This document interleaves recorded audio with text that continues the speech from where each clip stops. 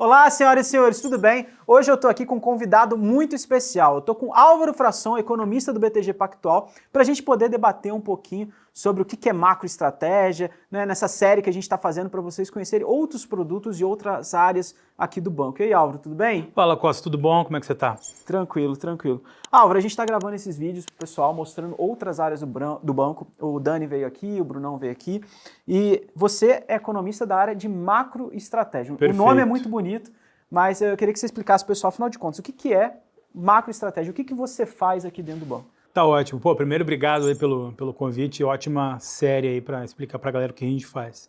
Acho que macroeconomia está muito claro o conceito para todo mundo. É basicamente você acompanhar, digamos assim, indicadores de atividade econômica, inflação, juros, dados fiscais, tudo isso, seja do Brasil, seja de outro lugar, né? Geralmente se olha muito Estados Unidos, né? Tudo aquilo que interfere no mercado. E não só apenas acompanhar e projetar esses dados, mas tentar fazer alguma relação com indicadores de mercado, para a gente tentar montar estratégias de alocação.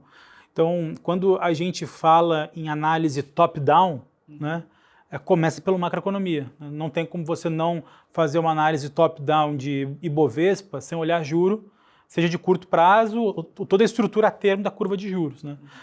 Enfim, e aí, por exemplo, né, poxa, saiu aí o último resultado do Copom, né? Saiu ali a taxa Selic.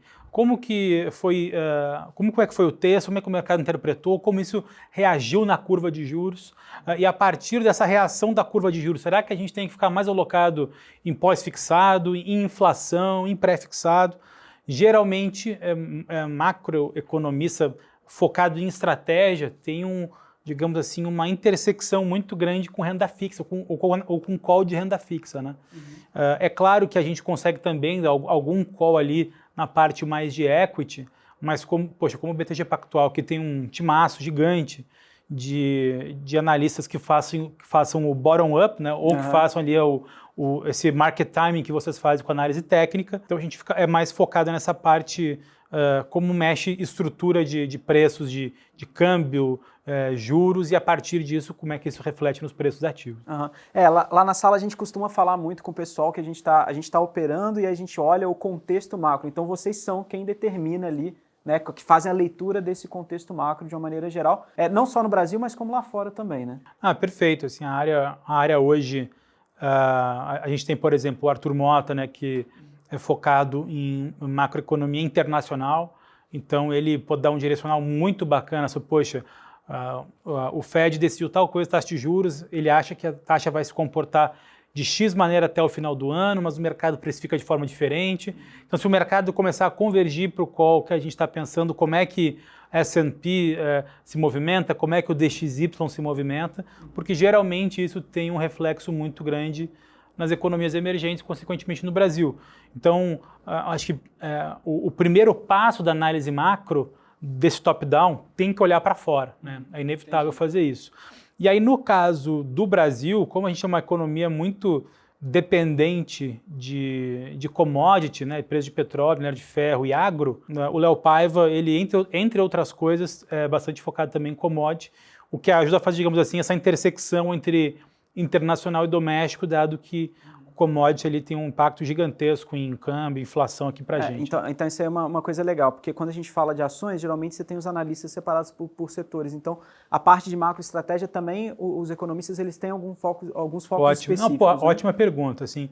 Acho que nos casos mais clássicos, onde não é esse macroestratégia que a gente faz, que é a partir da análise macro, como é que movimenta a alocação, mas quando é só macroeconomia, o time do Mansueto Almeida, por exemplo, ele é dividido, né? Ele tem um analista de inflação, tem um analista de política fiscal, tem um analista de política monetária, tem um de atividade econômica, tem um analista para cada segmento, né? Porque o detalhe, ele é assim, quando você entra ali nos números, o detalhe ele é bastante grande. Geralmente a atividade econômica, a inflação tem uma frequência de indicadores ali muito intensa, né, que não dá para um ou dois economistas fazer toda essa leitura, né? Tem que ter uma equipe um pouco maior. Legal. E aí então vocês fazem relatórios, fornecem calls, assim, em termos de produto, assim, é justamente esse produto de relatórios e alocação, né? Então, assim, hoje a gente tem nossos produtos de analisar os indicadores per se, né, assim, o que de fato eles estão refletindo aquele cenário de mercado. Então, quando sai um dado do Federal Reserve, o Arthur escreve um relatório. Quando sai um dado do Copom, eu escrevo um relatório. Quando a gente atualiza alguns cenários de câmbio, o Léo Paiva também faz um relatório, ou de commodity mensal também, vocês fazem junto ali, você faz a parte técnica também do relatório. Então, geralmente, a gente faz essas atualizações. E aí, ao final do mês, a gente participa dos comitês de alocação, e aí tem o Asset Strategy, que é um relatório de toda a área, onde a partir dali a gente fala o que está acontecendo no mundo, como é que commodities está se comportando, como é que isso impacta em Brasil, e a partir disso, como que a gente monta uma carteira de investimento para os nossos clientes. No relatório, a gente não fala exatamente do produto final, porque a gente quer dar liberdade tanto para o nosso cliente final, quanto para os nossos assessores que orientam os nossos clientes, a decidir ali na ponta qual que é o produto mais interessante. A gente não quer esse viés. O viés que a gente escolhe é o da classe de ativo, o da subclasse de ativo. Por exemplo, juro aumentou. Então renda fixa está mais atrativo?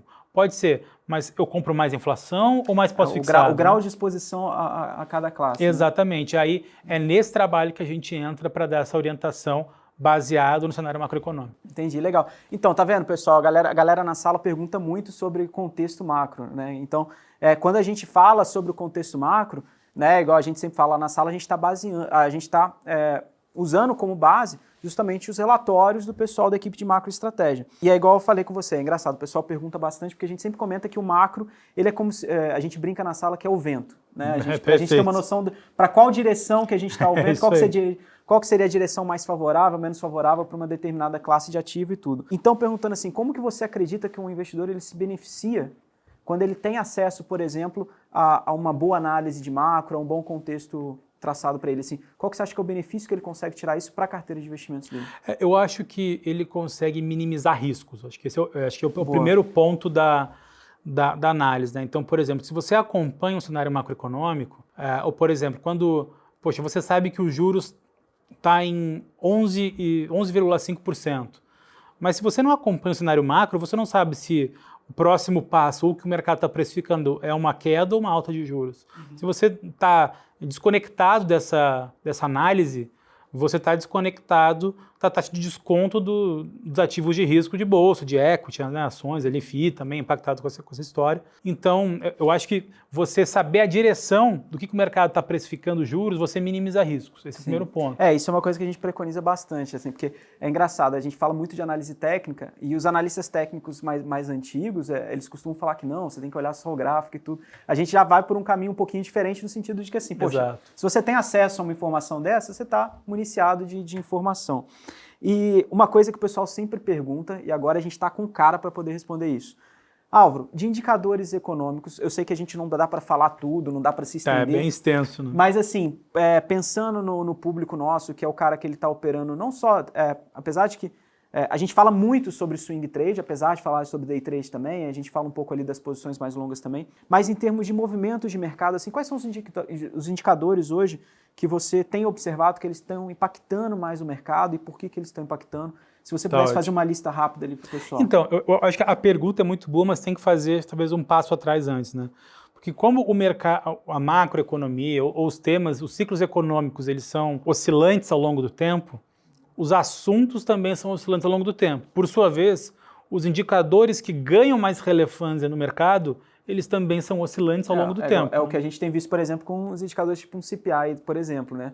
Em outras épocas, você tem um CPI mais alto, você poderia considerar que, né, a economia está aquecendo e tudo. Hoje em dia, é um sinal ruim para a questão de juros. Né? É um sinal ruim para a atividade, porque aí o mercado interpreta que o Fed vai precisar de mais juros, então a atividade vai ser ruim, não boa, né? Aquele dado de inflação.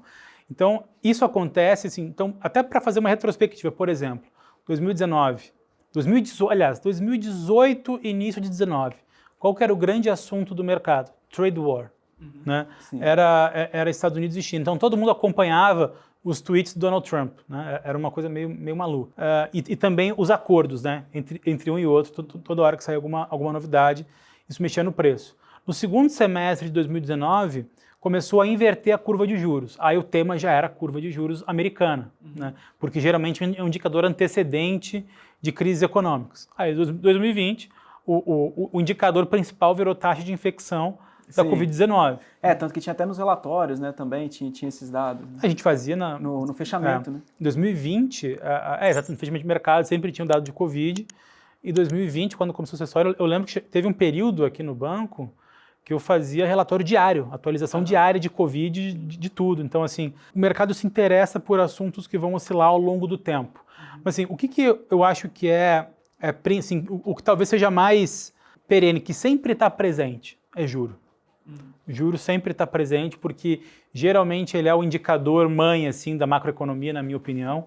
É ele que vai determinar a expectativa com a atividade econômica, com inflação, com muita coisa. Agora, no que está acontecendo hoje no mercado e no cenário macro, não tem como você não acompanhar o mercado de trabalho e de inflação dos Estados Unidos, porque é isso que está, digamos assim, criando esse desvio padrão gigantesco de opiniões em relação ao juro americano do final desse ano e do próximo. Então, por exemplo, a gente acha que o juro americano vai acabar esse ano em 5,25, mas a média do mercado lá fora acha que vai para 4. Tem gente que acha que vai para 6. Então, é um desvio padrão gigantesco. E nesse desvio padrão de projeção de juros, que na minha opinião, ainda mais o americano, é um indicador mãe ali em termos de direcional de macro e de alocação para qualquer outra classe de ativo, esse desvio padrão cria essa volatilidade gigantesca que a gente está vivendo.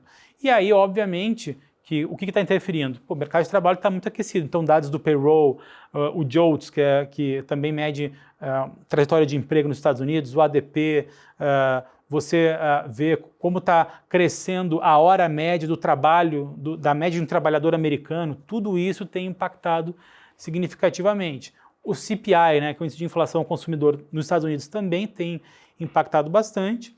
E também dados de atividade, ali, o ISM, o PMI, tudo isso geralmente muda bastante. E aí, o que é curioso, né? Hoje em dia, quando vem um dado ruim de atividade econômica americano, o mercado vai bem. Porque daí o mercado ele se antecipa e fala, bom, se a atividade está mais fraca, então não precisa de tanto juro para controlar a inflação. Então o juro vai ser menor, se o juro vai ser menor lá na frente, o meu desconto, minha taxa de desconto vai ser menor e o meu fluxo de caixa dos ativos de risco que eu tenho na minha carteira vai ser maior. Então, vira essa dinâmica meio, digamos assim, esquizofrênica, mas de novo, não tem como a gente fazer um vídeo aqui isso que eu acho que é importante. sem ser, digamos assim, datado.